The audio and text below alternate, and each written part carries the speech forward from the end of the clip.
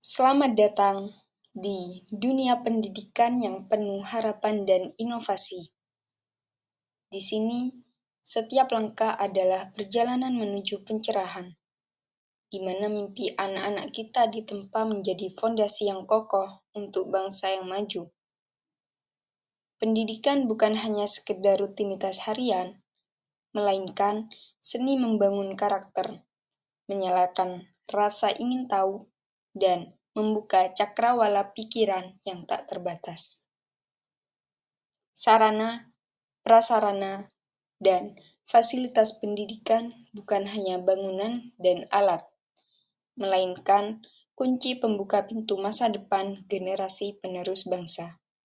Demi memastikan setiap anak memiliki kesempatan setara untuk berkembang, berinovasi, dan berkontribusi pada peradaban yang lebih baik. Maka, mari kita jelajahi bagaimana investasi ini membentuk tidak hanya individu, melainkan juga masyarakat yang inklusif dan berdaya. Assalamualaikum warahmatullahi wabarakatuh. Perkenalkan, nama saya Imtiaz Munifatul Makia. Saat ini, saya berstatus sebagai mahasiswi semester 5 Program Studi Pendidikan Agama Islam, Fakultas Tarbiyah, Universitas Islam Zainul Hasan. Pada kesempatan emas ini, saya akan menjelaskan sedikit mengenai sarana, prasarana, dan fasilitas pendidikan dalam rangka tugas ujian akhir semester mata kuliah Kapita Selekta Pendidikan. Sebelum kita lebih jauh memahami tentang sarana, prasarana, dan fasilitas pendidikan, alangkah baiknya kita memahami pengertian dari ketiga komponen tersebut. Dapat kita pahami bahwa sarana itu sebagai peralatan yang langsung digunakan dalam proses pembelajaran. Jadi, sarana ini dapat digunakan langsung oleh guru maupun peserta didik.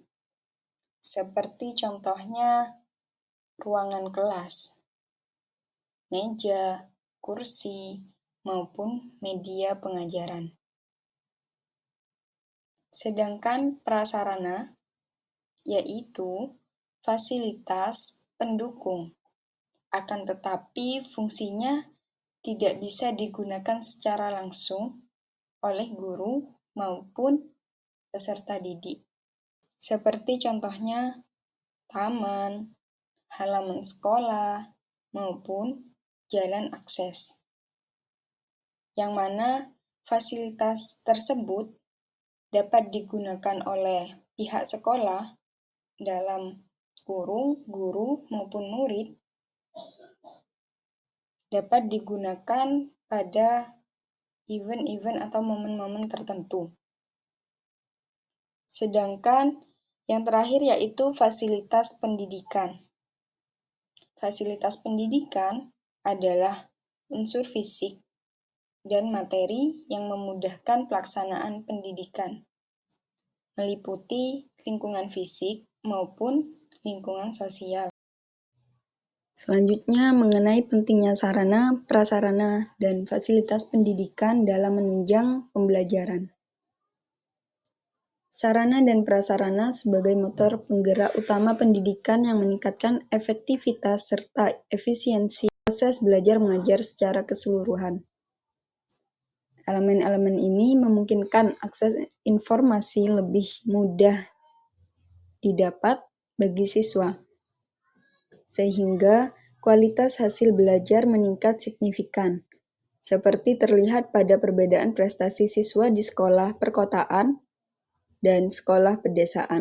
Yang kedua, sarana dan prasarana pendidikan seperti komputer, internet, laboratorium digital, serta perpustakaan online memungkinkan siswa mudah mengakses informasi secara cepat melalui pencarian digital, video interaktif, dan database pengetahuan yang luas, sehingga mengurangi ketergantungan siswa pada metode konvensional seperti buku teks manual. Yang ketiga, penggunaan sarana dan prasarana pendidikan yang mendukung pembelajaran visual sangat penting untuk meningkatkan kreativitas peserta didik. Media visual seperti poster, video, dan aplikasi desain digital seperti Canva membantu siswa mengekspresikan ide secara kreatif dan menarik. Tools ini menjadi pembelajaran lebih menyenangkan dan interaktif, sehingga siswa tidak merasa stres dan lebih termotivasi untuk belajar. Proses pembelajaran visual juga membantu siswa memahami materi lebih efektif dengan cara yang lebih bermakna dan kontekstual. Yang keempat, perbedaan prestasi siswa antara sekolah perkotaan dan pedesaan disebabkan oleh berbagai faktor, terutama keterkaitan fasilitas dan sumber daya pendidikan yang lebih memadai di sekolah perkotaan. Sekolah di wilayah perkotaan umumnya dilengkapi fasilitas lengkap seperti laboratorium, perpustakaan, dan akses teknologi digital yang mendukung proses pembelajaran lebih efektif dan menarik. Sebaliknya, sekolah di daerah pedesaan sering kekurangan fasilitas dasar seperti ruang kelas yang kurang layak, minimnya alat peraga, dan sarana kebersihan yang tak terjaga, yang mana kekurangan fasilitas tersebut menjadi faktor penghambat kenyamanan belajar dan motivasi siswa. Slide selanjutnya terkait problematika fasilitas pendidikan di madrasah maupun sekolah. Dalam hal ini, yang pertama kurangnya infrastruktur di lembaga pendidikan Indonesia, termasuk kurangnya gedung sekolah dan ruang kelas yang kurang memadai, yang menyebabkan kelebihan kapasitas kelas serta pembelajaran yang bergiliran. Sehingga dalam hal ini, proses belajar mengajar terhambat adanya interaksi guru dan siswa yang efektif. Yang kedua, ruang kelas tidak memadai dan kurangnya peralatan pendukung. Dalam hal ini, ruang kelas yang kurang memadai dapat menjadi masalah signifikan dalam pendidikan, terutama di sekolah-sekolah dengan keterbatasan infrastruktur. Ruang kelas yang kecil atau berukuran yang tidak proporsional menyebabkan kepadatan siswa yang tinggi, sehingga interaksi antara guru dan siswa menjadi kurang optimal. Yang ketiga, minimnya perencanaan dan pemeliharaan fasilitas pendidikan.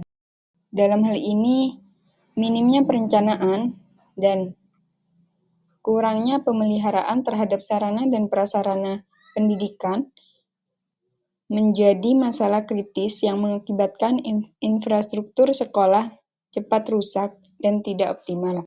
Tanpa perencanaan yang matang, kebutuhan fasilitas belum teridentifikasi dengan tepat, sehingga pengadaan sering tidak sesuai skala prioritas atau kebutuhan dalam lapangan.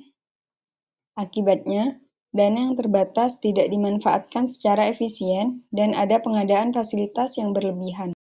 Yang keempat, keterbatasan sumber daya yang berdampak pada efektivitas pengajaran. Dalam hal ini, keterbatasan sumber daya dalam lembaga pendidikan merujuk pada kurangnya dana, tenaga ahli, dan materi yang mampu untuk mendukung keberlangsungan dan kualitas pendidikan. Dana yang terbatas mengakibatkan keterbatasan dalam pengadaan fasilitas, sarana, dan prasarana pendidikan. Selain itu, pembelian alat bantu pembelajaran modern yang sangat dibutuhkan dalam proses belajar mengajar sangat tidak memungkinkan. Akibatnya, sekolah kesulitan menyediakan lingkungan belajar yang kurang memadai dan tidak kondusif. Selain masalah finansial, keterbatasan jumlah dan kualitas tenaga pendidik serta staf pendukung juga memberikan kontribusi yang signifikan. Selanjutnya, terkait alternatif solusi dan strategi pemenuhan sarana dan prasarana dalam lembaga pendidikan. Yang pertama, yaitu perencanaan cermat, mengacu pada proses sistematis dan analisis manajemen sarana dan prasarana pendidikan. Di sini, seorang pendidik melakukan pendataan terhadap sarana dan prasarana yang sangat dibutuhkan dalam suatu lembaga pendidikan, misalkan ruangan kelas, dan juga kebutuhan pendukung, seperti fasilitas sanitasi. Alternatif yang kedua, yaitu penyusunan skala prioritas. Dilakukan dengan mempertimbangkan urgensi dan diukur dari kontribusi. Seberapa pentingkah sarana dan prasarana tersebut hingga keberhasilan proses belajar mengajar, serta ketersediaan dana dan sumber daya. Yang ketiga, pengelolaan profesional. Dalam konteks ini, sarana dan prasarana pendidikan mencakup perencanaan sistematik yang meliputi pemeliharaan berkala dan pengadaan bertahap berdasarkan prioritas kebutuhan dan kapasitas anggaran.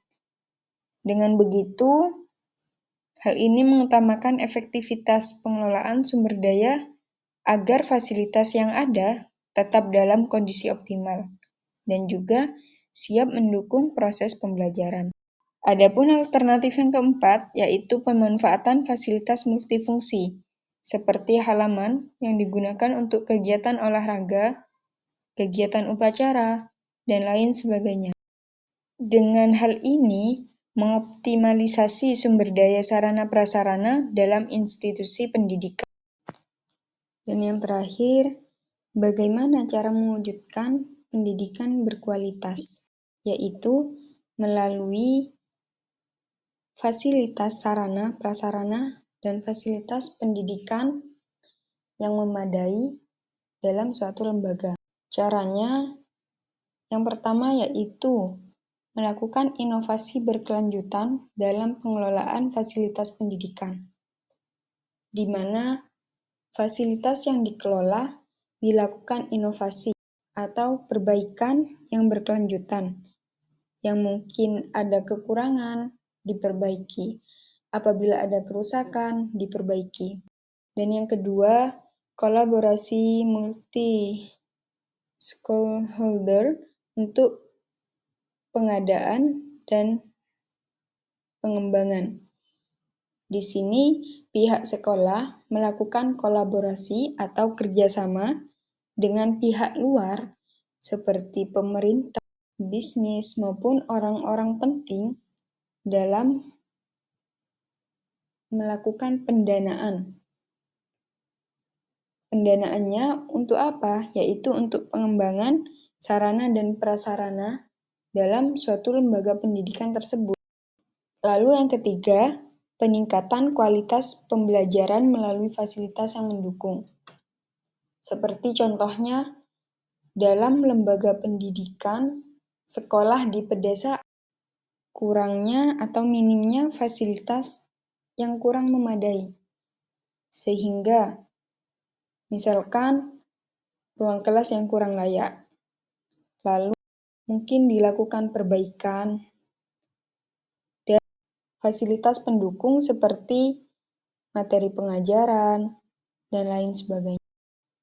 Perlu diketahui bahwa dalam mewujudkan pendidikan berkualitas, tentunya dimulai dari fasilitas yang memadai, yaitu dengan kelengkapan sarana prasarana dalam suatu lembaga pendidikan. Mungkin hanya ini yang dapat saya sampaikan terkait sarana, prasarana, dan fasilitas pendidikan. Apabila ada kesalahan kata, mohon maaf sebesar-besarnya. Sekian dari saya. Assalamualaikum warahmatullahi wabarakatuh.